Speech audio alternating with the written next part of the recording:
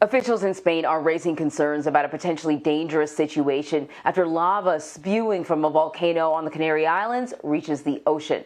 Haley Ott is in London following this as well as other international stories for us. Haley, good morning. Good morning, Anne-Marie. Yes, lava from a volcano on the island of La Palma has reached the ocean, sparking fears that toxic gases could be released.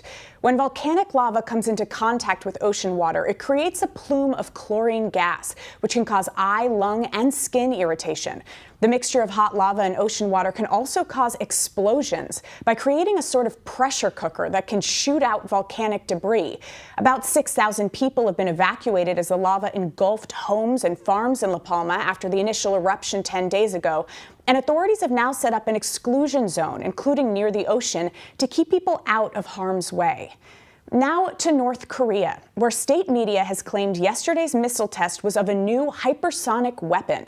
Experts have so far not verified those claims, but hypersonic missiles fly at over 5 times the speed of sound, which makes them more difficult for defense systems to intercept. North Korea also claims to have used a new type of fuel for the missile, which could make a launch more difficult to detect. State media said it was a strategic weapon, which is language the North Koreans often use to imply nuclear capabilities. If true, some experts say it could change the military equation in the region.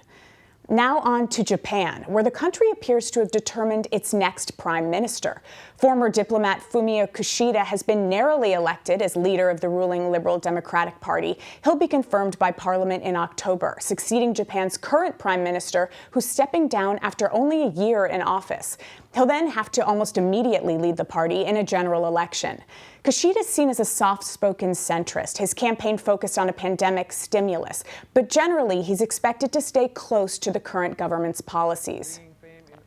Finally, the legendary boxer Manny Pacquiao says he's retiring from the sport to focus on his political career. Pacquiao's already a senator in his native Philippines and has announced his plan to run for president there next year. He's had an amazing boxing career, winning 12 titles across 8 weight divisions. He's also the only boxer ever to hold world championship titles in 4 different decades.